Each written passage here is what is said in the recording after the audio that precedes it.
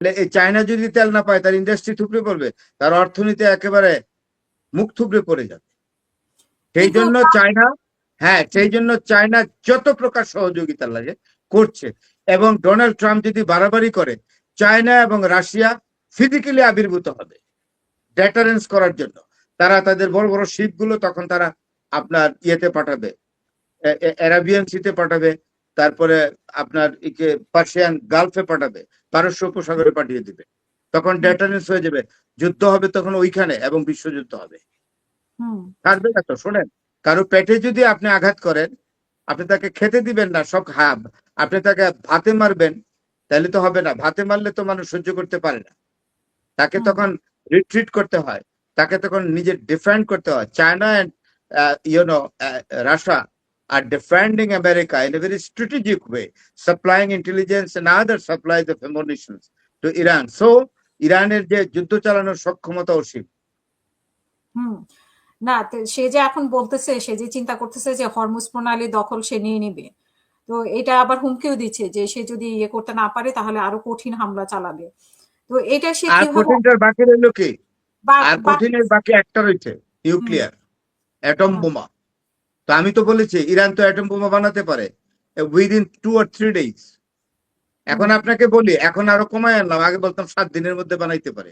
এখন আমার মনে হয় ইরান এই কয়দিনের যুদ্ধে, 10 দিন, আজকে নিয়ে বোধহয় 10-11 দিনের যুদ্ধে, 11 দিনের যুদ্ধে ইরান যে অভিজ্ঞতা অর্জন করেছে, আপনি কি মনে করেন ইরানিয়ান আপনার নিউক্লিয়ার সায়েন্টিস্টরা বসে আছে?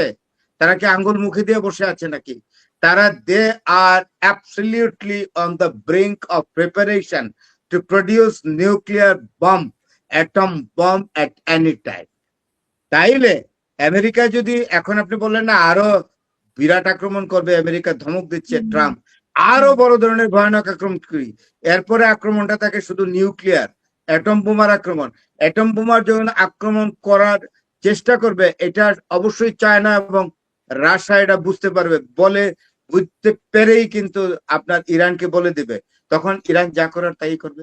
ইরান অলরেডি ইঙ্গিত দিয়েছে যে আমাদের কাছে সর্বোচ্চ ধ্বংসাত্মক অস্ত্র আছে, এবং আমরা যদি আমাদের অস্তিত্বের সংকট দেখি, তাইলে এই অস্ত্র আমরা অবশ্যই ব্যবহার করব।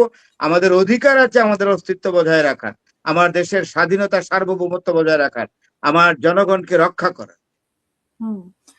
আবার ট্রাম্পের সাথে যে পুতিনের কথা হয়েছে, ফোন আলাপ হয়েছে, মানে এখানে একটা সমঝোতার জন্য মনে হয় তারা একটা ইয়ে করেছে, কিন্তু দ্রুত যাতে অবসান হয়, কিন্তু সেটা কতটা সফল হবে বলে মনে হয়, বা কি আলাপ হতে পারে সেখানে? ডোনাল্ড ট্রাম্প যদি সরাসরি এসে প্রচার মাধ্যমে, জাতীয় প্রচার মাধ্যমে এসে যদি বলে আমি যুদ্ধ বন্ধের ঘোষণা দিলাম, এবং এই ঘোষণা দেওয়ার পরে যদি আরেকটা মিসাইলও না আসে, আরেকটা এয়ারক্রাফট ফাইটারও ইরানের দিকে না আসে, তখন আমরা, এবং ইসরায়েলের পক্ষ থেকে যদি কোনো যুদ্ধেও আসলে যুদ্ধ বিমান অথবা কোনো মিসাইল না আসে, তাহলে ধরে নিব যুদ্ধ বন্ধ হয়ে গেছে। এখন আমি আপনাকে বলি, সিঙ্গাপুর বেসড একজন স্ট্র্যাটেজিস্ট, নাম বলুন মিস্টার জেমস, উনি উনি উনি একটা জিনিস কিছুক্ষণ আগে ক্লিয়ার করেছেন, আমি এটা দেখছিলাম, আমি রেস্ট নেওয়ার আগে এটা দেখছিলাম। উনি বলেছেন এমনও তো হতে পারে যে ডোনাল্ড ট্রাম্পের কোনো ঠিক নাই, nobody can depend on the assurance of Donald Trump or on exactly on the words of Donald Trump. Donald Trump হয়তো বললো যে আমি আমেরিকার যুদ্ধ করবে না, সত্যি সত্যি আমেরিকার যুদ্ধ বন্ধ করে দিবে, কিন্তু ইসরায়েল একা পড়ে যাবে। কারণ ডোনাল্ড ট্রাম্প যুদ্ধ বন্ধ করবে, ইসরায়েলের উপরে কিন্তু আক্রমণ অব্যাহত রাখবে ইরান, তখন ইসরায়েল কিন্তু একা যুদ্ধ করতে হবে ইরানের সাথে, এবং হিজবুল্লাহর সাথে, এবং হুতির সাথে, এবং আপনার এই আরো আরো যে প্রক্সি দিচ্ছে ইরানের সাথে যে দলগুলো। এবং আপনাকে আমি বলি, হিজবুল্লাহদের প্রায় আপনার হিজবুল্লাহদের 50,000, আমি আজকে রিয়াজ শুনে 50,000 মিসাইল আছে। এবং হামাস অত্যন্ত দূরদর্শ, হামাসের নেতৃবৃন্দ ওই যেভাবে মারে ইসরায়েলিরা, টপ লেভেলের লিডারদের মেরে ফেলে।